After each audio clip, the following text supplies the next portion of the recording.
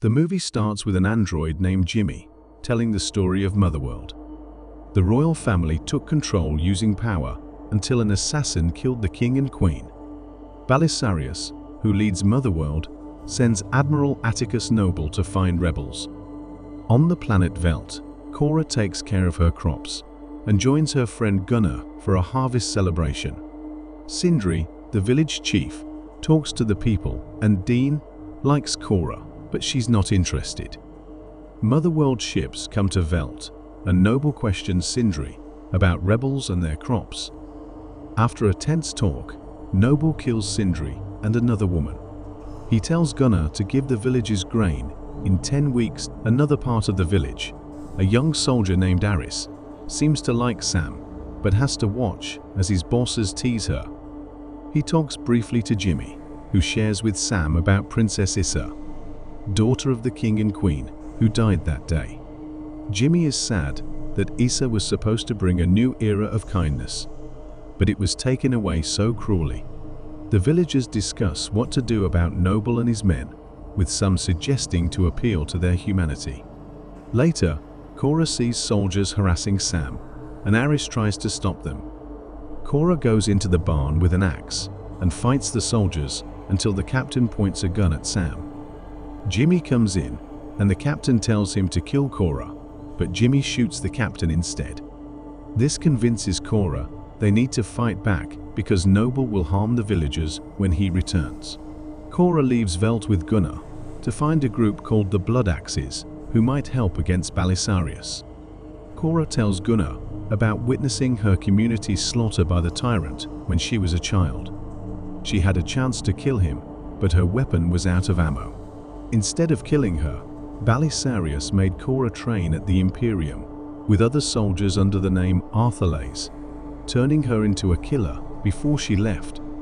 Despite being trained to be a mercenary without emotional connections, Cora had a lover who died in battle. Cora and Gunnar reach the port city of Providence to find the person who can lead them to the Blood Axes. When they mention General Titus, a guy named Kai starts paying attention.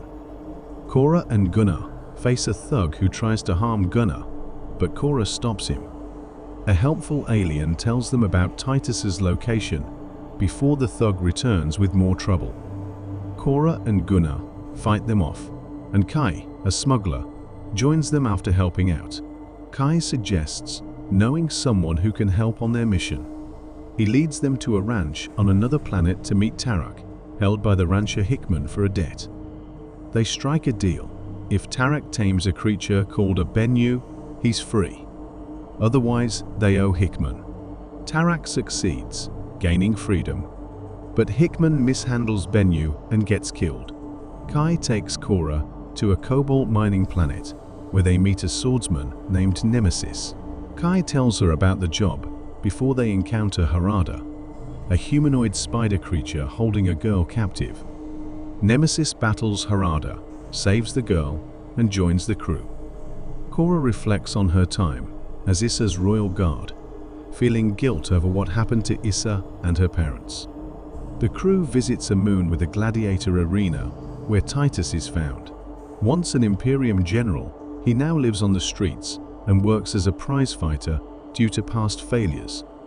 Despite his shame, Cora convinces Titus to fight back for revenge. The team goes to the planet Shirayan to meet King Levitica. They want to convince the Bloodaxe siblings, Darian and Devra, to join their rebellion. Initially unwilling to help, Darian and Devra change their minds after Cora's speech. Darian convinces half of his clan to join him, while the other half goes with Devra. Noble and his crew, the King's Gaze, track the Blood Axes and confront them after the insurgents retreat. Noble kills Levitica and attacks the area. Kai, who appeared to be helping the crew, was actually working with Noble to collect bounties on their heads. Noble captures them and reveals surprising information about the crew, including Tarak being a prince and Nemesis seeking revenge for her murdered children. When ordered to execute Cora, Gunnar turns against Noble and kills Kai instead.